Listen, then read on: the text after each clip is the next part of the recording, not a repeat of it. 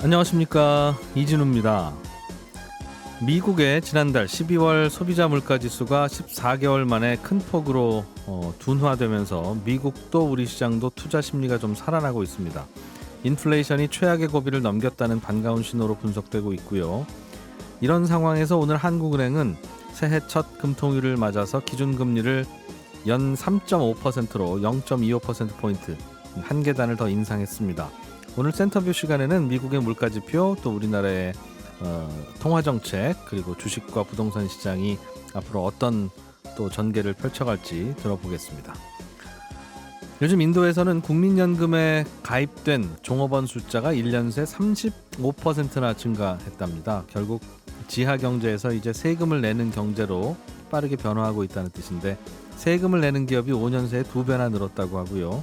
또 어려운 시기에 인도에서는 요즘 취업도 잘 되고 경제 성장률도 높아지고 있다는데, 오늘 글로벌 리포트 시간에는 이 소식을 비롯한 다양한 나라 밖 경제 소식들 모아서 들어보겠습니다. 손에 잡히는 경제 플러스 광고 듣고 시작합니다.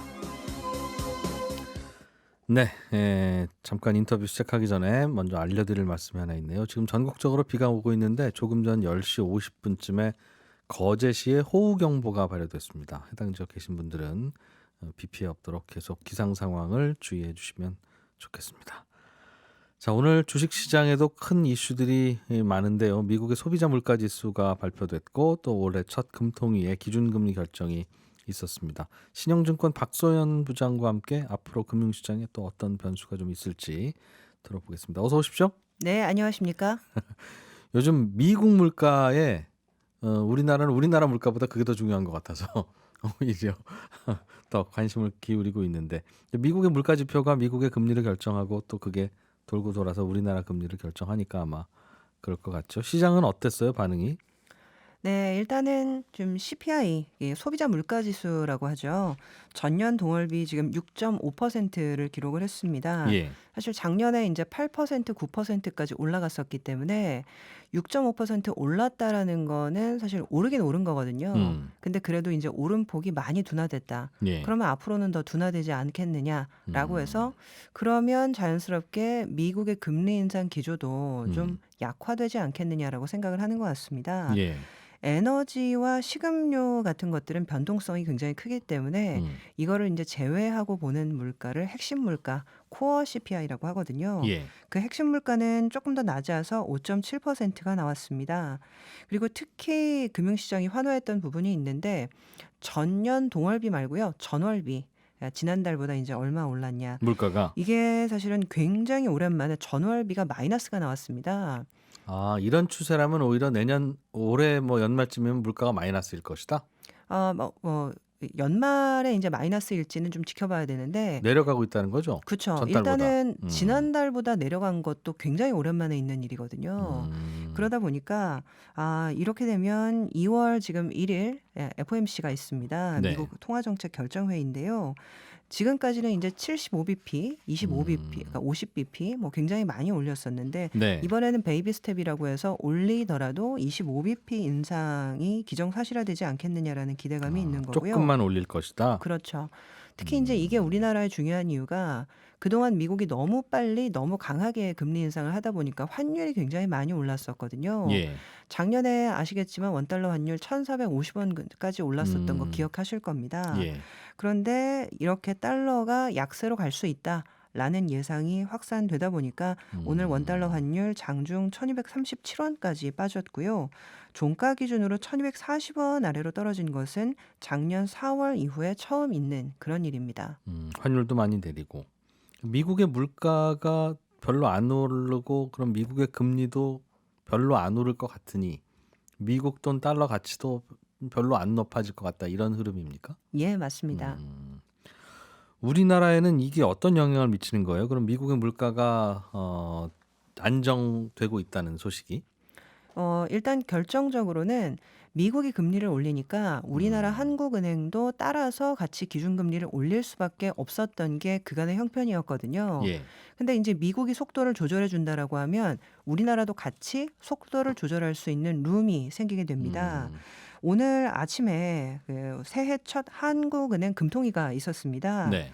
사상 처음으로 7연속 금리 인상을 했다라고 인제 뉴스에 많이 보도가 되고 있는데 이번까지 7번째군요, 연속으로. 네. 그래서 음. 사실 7번째 금리 인상을 하다 보니까 이게 인제 민생에도 상당한 타격이 있었고 특히 좀 이따 말씀드리겠지만 부동산 부분도 굉장히 고통을 겪었는데 지금 기대감이 모락모락 나오고 있습니다. 왜냐하면 이번에 인제 기준금리가 3.5%가 됐습니다. 음.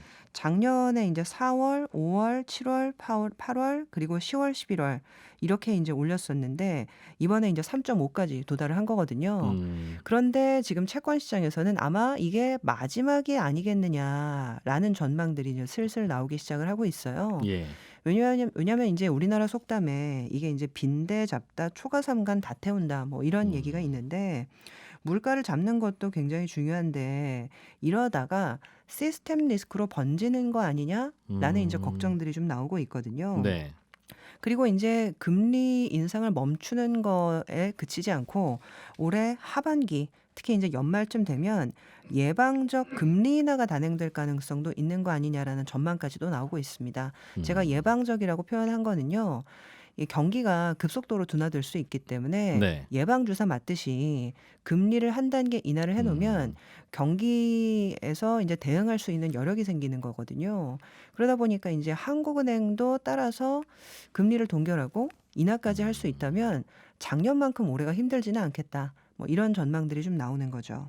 그렇게 경기가 걱정되면 이번에도 그냥 금리를 동결하거나 내리면 어땠을까 하는 생각은 할 수 없는 겁니까? 미국이 올렸으면 그래도 따라서 올리기는 해야 되는 게 현재 운명이자 상황이에요?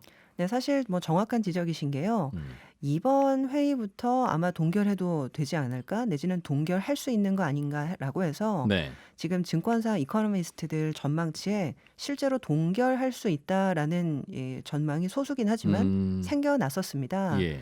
그런데 인제 그럼에도 불구하고 올해 미국이 금리를 아예 안 올리는 건 아니거든요. 현재 3번 정도는 아직 올린다라는 얘기가 있고 음. 그리고 인제 미국의 통화 긴축이라는 거는 지금 투 트랙으로 진행이 되고 있습니다, 두 가지 네. 방향으로. 예. 한 가지는 금리이고요.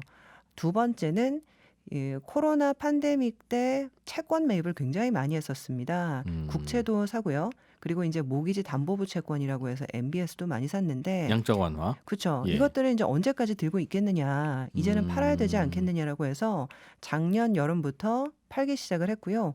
현재 매달 지금 이제 950억 달러씩 지금 규모를 줄이고 있는 상태입니다. 연준이 들고 있던 채권을 시중에 판다는 거죠?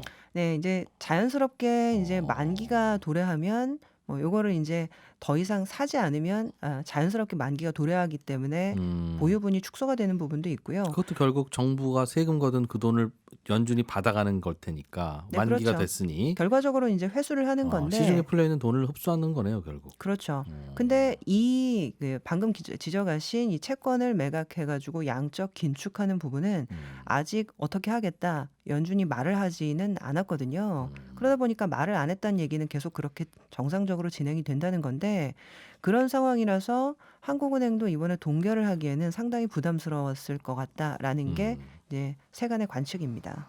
우리나라 경기는 미국보다 훨씬 안 좋은데 그래도 미국을 따라서 금리를 올려야 하는 이유는 혹시라도 미국 따라서 금리를 안 올리면 무슨 일이 제일 걱정이라서 그러는 거예요? 첫 번째는 일단 인플레이션을 같이 잡아야 되는데 인제 인플레이션이 더 들불처럼 나타날 수 있다라는 게 기본적인 거고 물가도 혹시 오를까 봐? 그리고 또 좀 직접적인 부분은 결과적으로는 자본 유출에 영향을 주게 되는 거거든요. 아시겠지만 지금 미국이 지금 금리를 많이 올리면서 음. 한국과 지금 미국의 인제 금리 차가 더 벌어지게 생긴 거거든요. 미국 금리가 더 높죠, 요즘? 예. 그렇죠. 예. 근데 중요한 거는 예전에 우리나라가 무역 관계에서 달러를 많이 벌어들이고 있을 때는 이런 부분들이 음. 상쇄가 됩니다. 우리나라가 통상적으로 연간 지금 무역 흑자 규모가 예전에 이제 400억 달러, 500억 달러 이 음. 정도 됐었거든요. 그때는 좀 빠져나가도 됐는데. 그렇죠. 상품 수지에서 우리가 수출해서 달러를 음. 벌어들이고 있으니까 예. 그때는 금융적인 측면에서 달러가 빠져나가도 견딜 수가 있는 측면이 있는 겁니다. 음. 근데 아마 최근 뉴스 많이 보셨겠지만은 작년 우리나라의 무역 적자가 네. 한 480억 달러가 났거든요. 어. 예전에는 400억 달러를 벌어들였는데 이제는 400억 달러를 벌어들이지 못하고 오히려 적자를 본 겁니다. 음. 그러다 보니까 지금 이런 상황에서 어 미국과 한국의 금리 차가 더 벌어져서 한국 금리가 자본 낮으면 유출까지 벌어지게 되면 아, 이거는 정말 엎친 데 덮친 격으로 더 심각한 문제가 발생할 수 있는 거거든요. 그때 가서 뒤늦게 금리 올리고 그래봐야 소용이 없다고 판단하는 그렇죠. 건가 미리 보군요. 예방적으로 준비를 해야 되는 거기 때문에 음, 한국은행도 따라서 어느 정도는 금리를 올려주는 게 네, 지금은 이제 이치적으로 맞는 거죠. 그렇군요.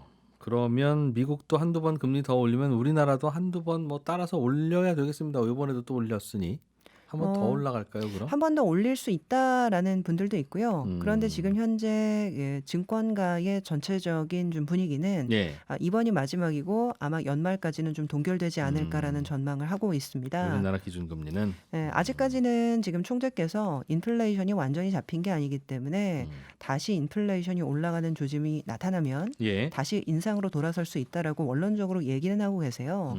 그런데 이제 현재 경기도 사실은 굉장히 침체가 됐고 그리고 우리나라는 가계부채와 부동산 문제가 있기 때문에 네. 이 부분들을 아마 걱정하지 않을 수 없을 거다라는 게 정설입니다. 여기까지만 따라가고 그 다음부터는 좀 부담스럽더라도 동결할 가능성이 크다. 알겠습니다. 금융시장에서는 오늘 그럼 이 결정은 전반적으로는 뭐 괜찮은 소식으로 받아들일 것 같고, 그럼 금융시장이 지금 좀 걱정하거나 혹은 악재가 있다면 어떤 게 좀 있습니까? 네, 결과적으로는 오늘 지금 금통위 그리고 네. 이제 어제 미국의 이제 물가 지표를 면밀하게 봤던 거는 사실상 경기도 경기지만 부동산 문제 때문이었거든요. 아시겠지만은 정부가 올해 새해 초부터 대대적인 부동산 규제 완화 책을 발표를 음, 했는데 이것이 어떻게 보면 작년에 이제 레고랜드 사태에서 이제 뭔가를 이제 배운 교훈 때문이었다 이런 얘기를 많이 합니다. 아시겠지만은 사실 레고랜드 사태가 처음에는 일부 지자체의 채무 불이행이라는 사실 작은 사건이었을 수 음, 있거든요. 근데 호미로 막을 거를 가래로 막는다 뭐 이런 속담도 있지만 네. 그때 처음에 제대로 대응했으면은 이게 문제가 커지지 않았을 텐데 처음에 문제 대응이 늦어지다 보니까 이 레고랜드 사태가 채권 시장에서 자금 소화가 안 되고 이것이 회사채 시장으로까지 번지더니 결과적으로는 부동산 PF 관련된 채권 상환을 문제를 일으켜서 부동산 시장에까지 파급을 줬었던 그런 사태거든요. 그래서 결과적으로는 이게 금리를 추가적으로 인상하는 것이 부동산 시장에 더욱더 큰 부담을 줄 수 있고 이것은 단순하게 경기 침체가 아니라 시스템 리스크로 번질 수 있는 문제이기 때문에 신중히 판단해야 된다는 거죠. 그래서 아마도 요번에 이제 금리를 25bp 올렸지만은 천천히 가기로 한 거는 상당히 저는 잘한 결정이다라고 생각을 하고 있고 예. 특히 1월 달에는 아시겠지만은 둔촌주공 사업조합의 프로젝트 파이낸싱 PF ABCP 대출 만기 상환이 많이 이슈였습니다. 네. 현재 7,500원대에 달하고 있는 7,500억 원대에 달하고 있는데 이것이 오늘 아침에 뉴스가 나왔더라고요. 이게 과연 차원이 되느냐 마느냐에 따라서 부동산의 좀 이제 경기 상황들이 엇갈리게 될 거다라고 얘기를 많이 했는데 해결됐다면서요? 맞습니다. 음, 주택 도시보증공사 허그가 차환을 해주겠다라고 얘기를 해가지고 지금 뭐 일단 급한 불은 끈 것 같습니다. 근데 저희는 이제 뭐 완전히 안심하기는 좀 어렵지 않느냐라는 시각을 갖고 있는데요. 뭐 아까 말씀드렸듯이 미국 통화긴축도 완전히 끝난 게 아닌데다가 이 전세가가 과연 잡힐 거냐 이게 이제 좀 키를 쥐고 있다라고 저희는 보고 있어요. 전세가 하락 추세가. 그렇죠. 음, 왜냐하면 우리나라는 이 전세가와 매매가가 연동이 되는 경향이 굉장히 많고 결국에는 이제 실거주를 위해서 주택을 사는 사람의 마음을 움직이려면 매매가가 더 이상 떨어지지 않을 것이다 라는 이제 생각들이 나타나 줘야 되는데 최근 이제 실거주 의무제가 폐지가 되고 또 이제 그 중도금을 대출을 많이 해주기로 하면서 전세 매물이 좀 늘어날 가능성이 높아졌다라는 분석들이 많이 나오고 있습니다. 전세 매물이 늘어난다고요? 결국에는 자기가 거주를 안 해도 되기 때문에 청약을 해서 분양을 받으면 예. 이것들은 자기가 실거주를 안 하고 전세를 주게 되는 거죠. 그러면 전세값은 더 떨어질 수도 있겠네요. 그렇죠. 그렇게 되면 사실은 전세값이 뭐 더 떨어질지 아니면 현 수준을 유지할지는 모르겠지만 전세 가격이 오르기는 좀 어려워지기 때문에 과연 전세 가격이 오르지 않는 상황에서 매매가가 많이 오를 수 있을 거냐 이런 문제가 좀 있는 거죠. 그래서 뭐 현 정부에서도 최근 내놓은 지금 부동산 규제 완화책은 부동산 가격을 좀 부양시키기 위한 것이 아니라 시스템 리스크를 방지하기 위한 것이다라고 얘기를 계속 하고 있는데 결과적으로 가격 하락이 다시 재개가 되면 이것들은 2차, 3차 리스크로 파생될 수 있는 부분이 있기 때문에 전세가 그리고 이제 매매가 추이를 면밀하게 지켜보셔야 된다라고 말씀을 좀 드리겠습니다. 부동산 시장이 계속 침체를 이어가면 혹시 그럼 주식 시장을 비롯한 금융 시장도 별로 안 좋을 걸로 보는 겁니까? 질문 드리려는 이유는 요즘처럼 살짝 봄바람 불고 요즘 주식 시장 괜찮잖아요. 짧은 기간이나마. 근데 이게 돌이켜 생각하면 혹시 반등의 시초가 아닌가. 그렇다면 초기에 빨리 들어가야지. 또 한참 올라가고 나면 뒤늦게 들어가기 무서워서 또 못 들어가니까. 그래서 어떻게 봐야 되는지 이러다가 또 다시 내려가면 또 걱정이기도 하고. 네, 주식 시장에는 연초 효과라는 게 있기 때문에 1월 달에는 어떤 악재가 있었어도 네. 그래도 올해는 좀 나아지지 않겠느냐라는 기대감이 분명 반영이 됩니다. 그래서 이제 1월 달에는 통상 오르는 경우가 많은데 네. 이제 이게 지속 가능한 거냐에 대한 문제를 좀 따져봐야 될 것 같아요. 저는 지금 자금 흐름 같은 것들을 많이 보고 있는데 네. 오늘 한국은행에서 이제 금리를 올리면서 증권가에서는 지금 이제 신용융자나 이런 부분에 대한 이율도 같이 올라간다라고 얘기를 많이 하고 있습니다. 예. 이 신용융자라는 것들은 내 현금, 내 돈을 가지고 투자하는 것이 아니라 주식시장이 좋을 것 같으니까 레버리지를 빌려서 이제 대출을 해서 투자를 하는 것인데 네. 통상 이게 그냥 공짜로 빌려주지 않고요. 90일 기준 보통 신용이율이 10에서 한 11% 정도가 됩니다. 예. 예전에는 이렇게 높지는 않았는데 한국은행이 금리를 많이 올리게 되면서 따라서 같이 올라갔거든요. 예. 근데 이제 연간 10에서 11% 이자를 내면서 주식을 해야 된다는 얘기는 그 이상의 수익을 거둬야 된다는 얘기인데 쉽지 않을 가능성이 높고 네. 그리고 최근 지금 은행에만 가도 예전보다 은행 이율이 굉장히 많이 올라갔습니다. 예. 그러다 보니까 머리 아프게 주식하지 않고 이거를 빼서 내가 채권을 사든지 은행 예금을 하시겠다라고 하는 좀 안정적인 투자분들도 많이 늘어나고 계시거든요. 네. 그러다 보니까 주식시장이 예전과는 달리 수급상으로는 상당히 좀 불리한 부분이 분명 늘어나고 있고 경기가 좀 빠르게 좋아지면 모르겠지만은 지금은 사실 좀 천천히 좋아질 수밖에 없는 상황이라서 여러 가지 난관도 있다라는 부분을 기억해 주시면 좋을 것 같습니다. V자보다는 L자가 될 가능성이 높다. 네, 뭐 L자는 아예 반등이 없다는 거니까요. 저희는 한 U자 정도 말씀을 드리도록 하겠습니다. U자는 가만히 지켜보면 어떤 시점부터는 가파르게 오르는데. 네, 저희는 그게 지금 어디쯤일까요? 올해 전체 연간으로 보면 뭐 그런 반등이 빠르게 일어날 가능성은 높지 않고 한 연말쯤 하반기쯤 가서 저희는 좀 본격적인 반등이 있을 가능성이 있다 말씀을 드리겠습니다. 바닥이 아주 넓은 U자 그런 거겠죠? 네. 보시는 게 지정학적 갈등도 꽤 있는 것 같고 이거야 뭐 우리가 어떻게 할 수 있는 건 아니고 눈치 잘 봐야 되는 건데 뭐가 제일 주변 나라들과의 관계에서는 어떤 게 제일 걱정거리일까요? 네, 뭐 결과적으로 최근 좀 북한이 이제 도발이 좀 늘어나고 있는 거 아니냐라는 것들을 해외 외신에서도 많이 보도를 하고 있습니다. 그러면서 이제 뭐 한국이 자체 핵무장을 하는 거 아니냐 막 이런 얘기도 아침에 월스트리트 저널에 나오기도 했었는데요. 예. 지금 방산업 지출 확대에 대한 기대감이 확산이 되면서 주식시장에서는 한국 항공우주가 뭐 한 5% 상승하고 전투기 만드는 회사예요? 맞습니다. 뭐 최근 방산주들이 상승하는 뭐 그런 반응도 있었거든요. 예. 근데 뭐 그렇다고 해도 저희는 뭐 당장 모종의 충돌이 일어나기는 어렵기 때문에 이로 인해서 다른 측면, 그러니까 어떻게 보면 경제적인 측면에서 뭔가 이제 파급 효과가 있지 않을까라는 것들을 많이 고민하고 있는데요. 미국 백악관이 작년 10월에 낸 보고서를 한번 살펴보시면 재미있을 것 같습니다. 이 내셔널 시큐리티 스트래터지라고 해서 국가 안보 전략 보고서라는 것이 있는데 네. 매번 대통령이 바뀔 때마다 한 번 정도 나오고요.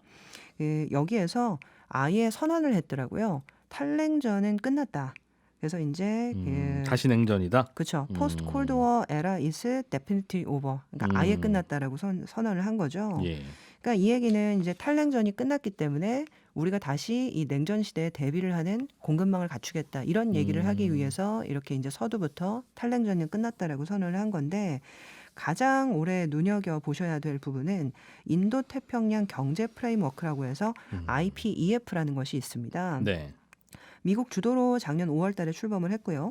한국, 일본, 호주, 뉴질랜드, 인도 등등 14개국이 참여한 사실상의 이제 반중 경제 연대 성격이 네. 강하다라는 것으로 유명합니다. 작년 12월에 1차 협상 공식적으로 시작이 됐었는데요. 이 협상에 좀 특징이 있습니다. 전통적인 무역 협상은요, 사실상 개방을 하라는 압력이거든요. 그러니까 이제 관세를 얼마나 내릴 거냐, 그리고 서비스 시장을 얼마나 개방할 건가, 뭐 이런 것들이 주 목적입니다.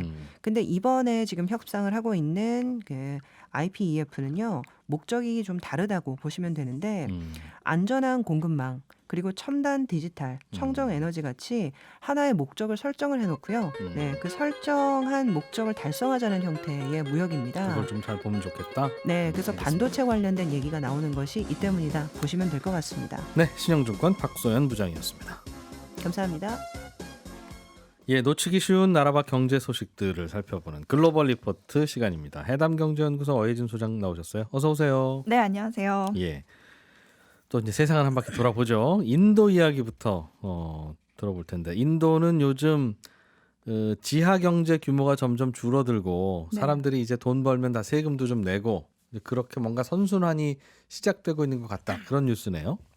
그렇습니다. 그 국제노동기구에 따르면 인도 노동자의 90% 정도가 뭐 미화원이라든지 뭐 인력 거꾼, 노점상, 또 폐기물 수집 이런 가사 도우미 같이 인도에서 세금을 내지 않는 이 비공식 경제 활동에 고용되는 일을 하고 있다고 해요. 90%가요? 90%가. 와, 다 이제 세금 안 내고 그냥 일당 받고 다 주머니에 넣고 이제 그렇다는 거죠.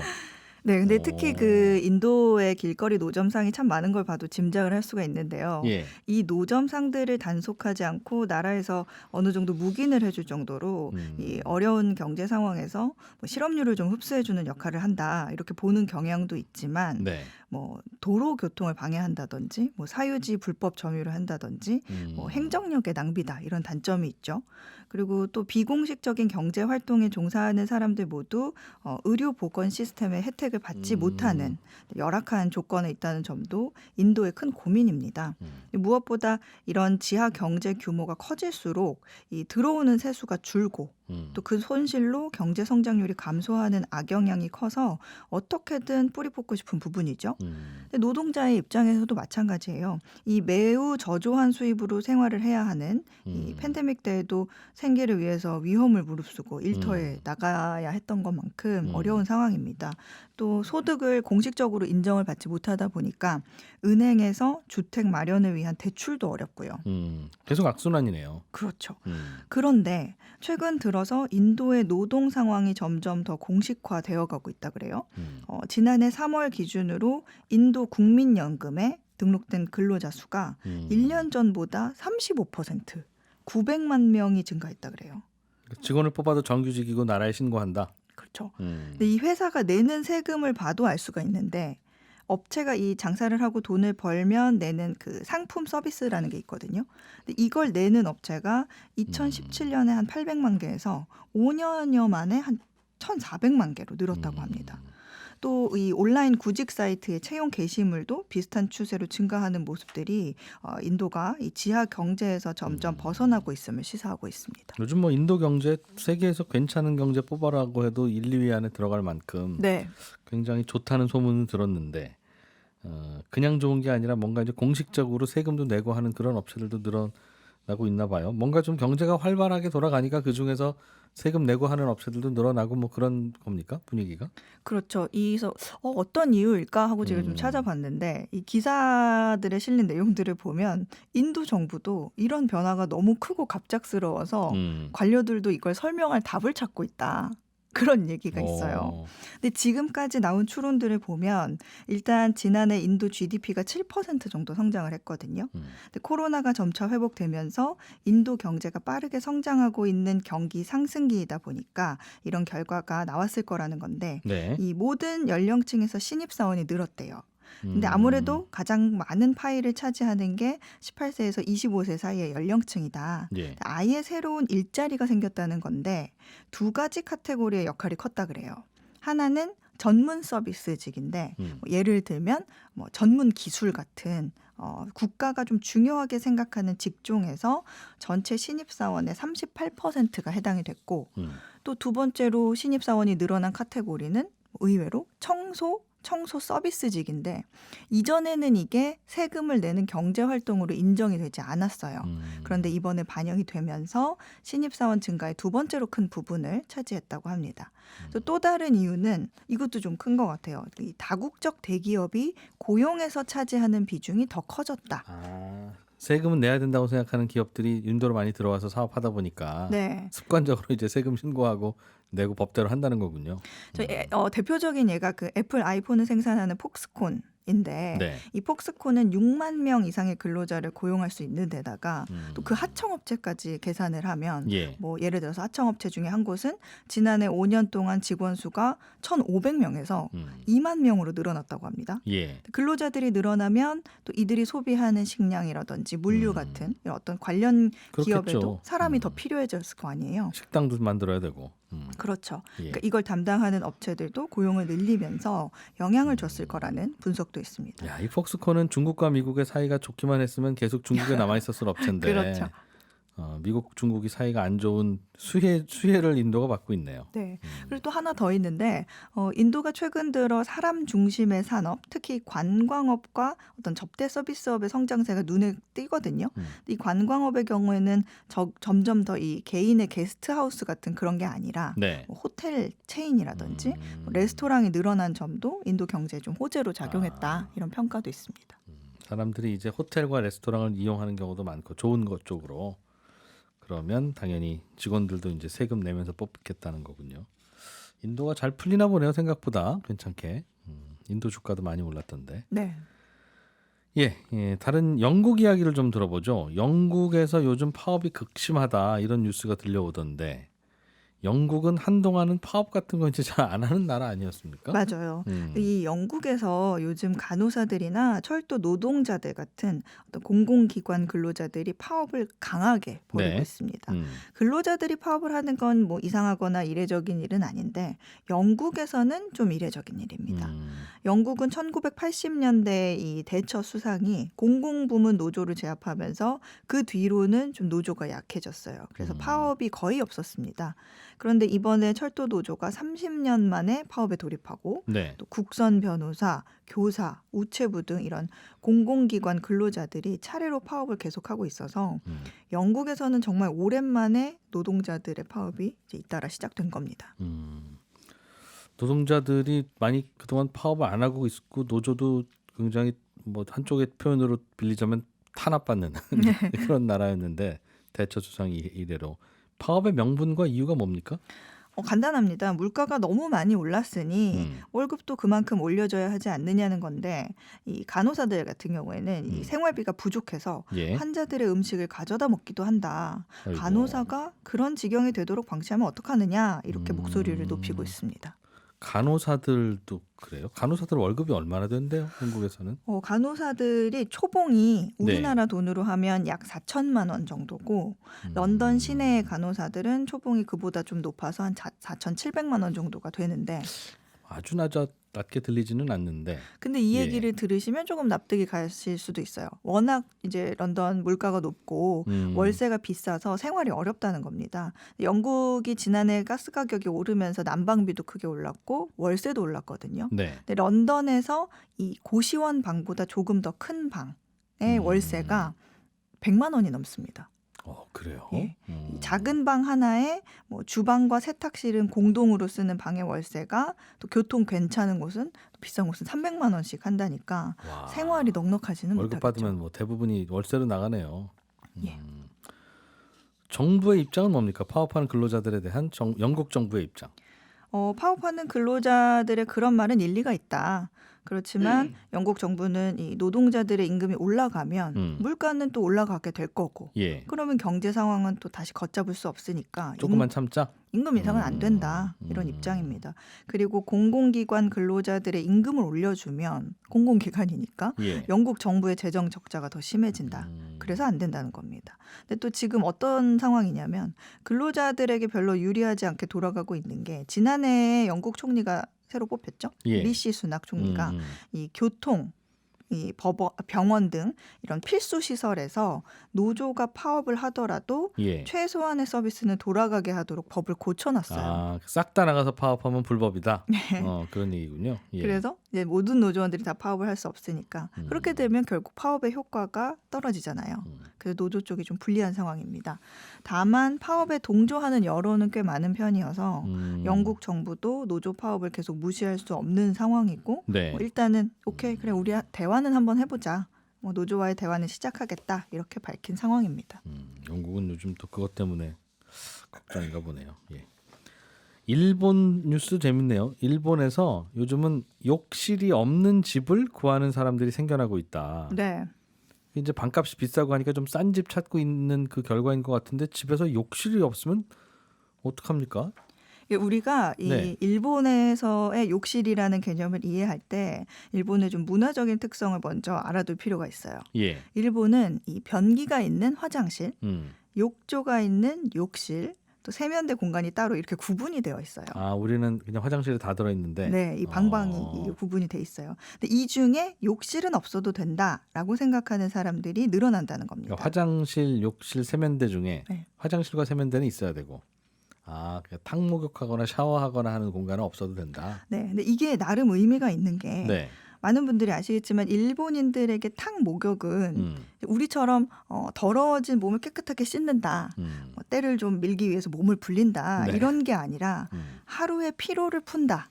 라는 생각이 더 강합니다. 들어갔다 그냥 나온다면서요. 그래서 그렇죠. 그래서 다 샤워를 하고 들어가요. 당연히. 마지막에. 네. 예.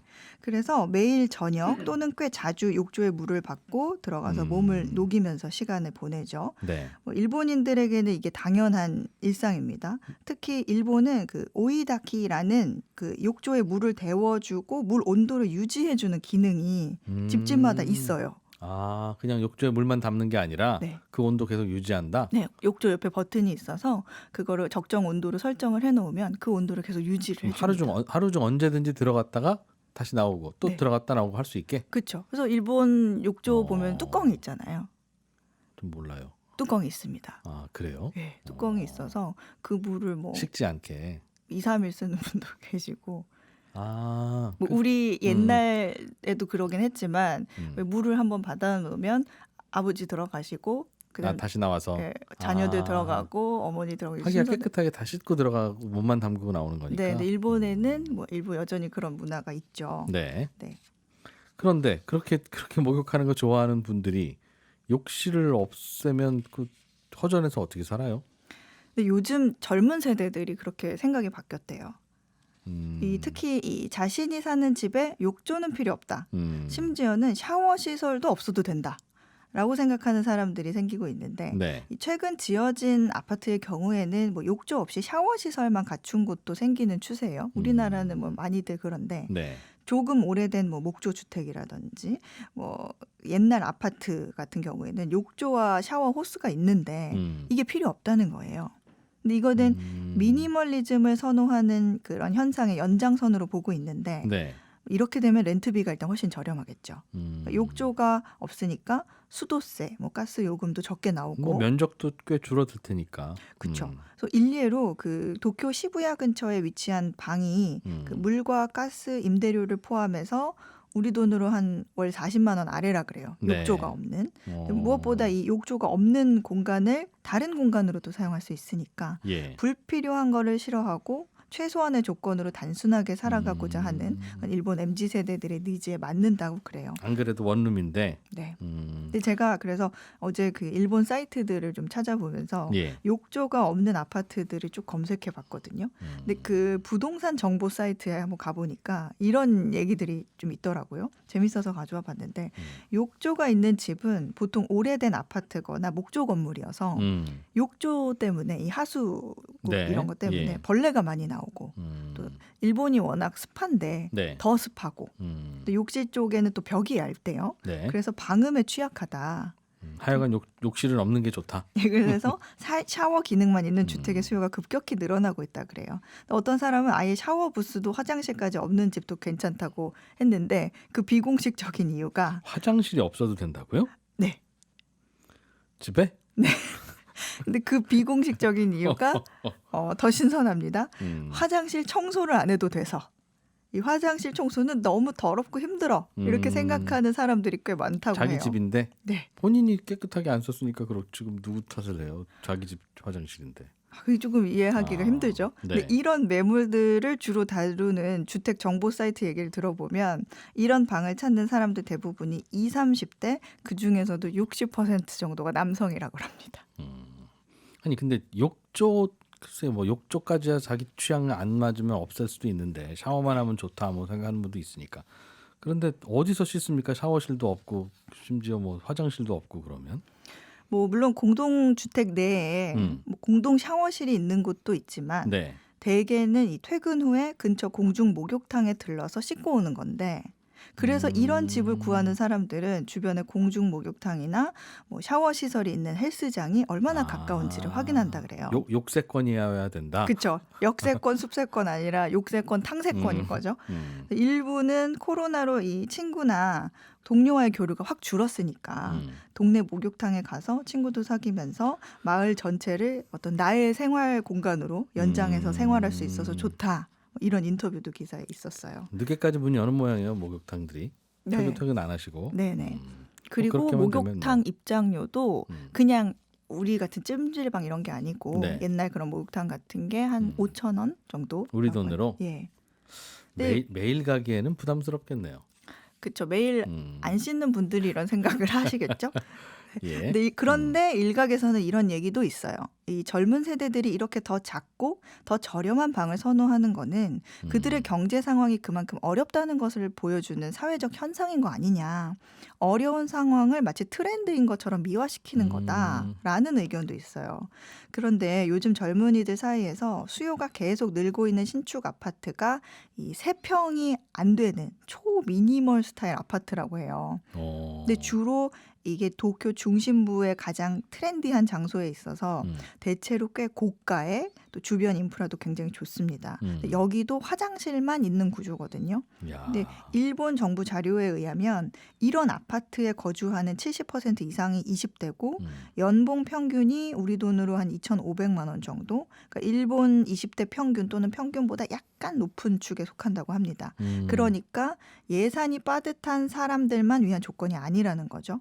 그래서 점점 더 많은 사람들이 혼자 살고 있고 집에서 보내는 시간이 거의 없고 또 집에서 밥을 해 먹지 않기 때문에 일본에서는 요즘 젊은 세대 사이에서 더 작은 집, 또 욕실마저 없는 집의 수요가 늘고 있다. 이런 내용입니다. 교통 좋고 깨끗한 아파트이기만 하면 좀 작아도 좋다. 그런 건가 봐요. 네. 야, 그래도 3평이면 뭐 아주 좁은 호텔 방 정도의 느낌인데.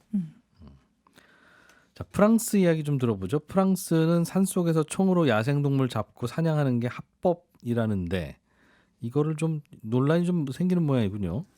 네, 그 프랑스에서 사냥이라고 하면 굉장히 오랜 역사를 가지고 있습니다. 예. 과거에는 뭐 왕족 귀족들만 즐길 수 있는 유흥 수단이기도 했다가 오늘날에는 마치 뭐 축구나 야구처럼 네, 대중 스포츠의 하나이자 사교 모임인데 9월부터 2월까지가 사냥 시즌이거든요. 네. 그래서 멧돼지 같은 뭐 80개가 넘는 다양한 야생 동물들을 사냥을 하는데 프랑스가 사냥을 허가하고 있어요, 합법적으로. 총으로 살아있는 동물 쏜다는 거죠. 맞습니다.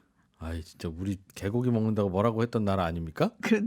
근데 이 프랑스 입장은 개체수가 너무 많으면 산림을 망가뜨리고 재생을 저해할 수 있다고 보기 때문이에요. 근데 개체수가 급격하게 증가하는 동물, 뭐 농작물에 피해를 입히는 동물은 생물의 다양성 관리 차원에서 합법적으로 잡을 수 있게 하겠다 이런 네, 겁니다. 그래서 네.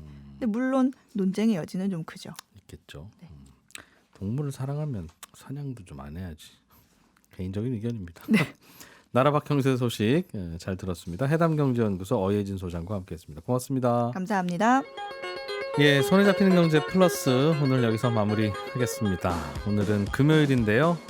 제가 진행하던 이 손에 잡히는 경제 플러스는 아쉽지만 오늘은 제가 마지막 방송이고요. 다음 주부터는 같은 시간에 손에 잡히는 경제 플러스를 박정호 교수가 진행하게 됩니다. 여러분 많이 익숙하신 목소리니까 계속 반갑게 맞아주시고요. 저는 8시 30분 손에 잡히는 경제에서만 그래도 매일 아침 변함없이 인사드리겠습니다. 다음 주 월요일에 뵐 거고요. 일요일 아침 7시 5분에 손에 잡히는 경제 주간 하이라이트 준비되어 있는 거 아시죠? 예, 재미있게 들어주시면 고맙겠습니다.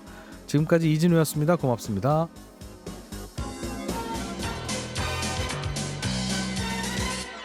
더 깊고 더 재미있는 경제 이야기. 이진우의 손에 잡히는 경제 플러스.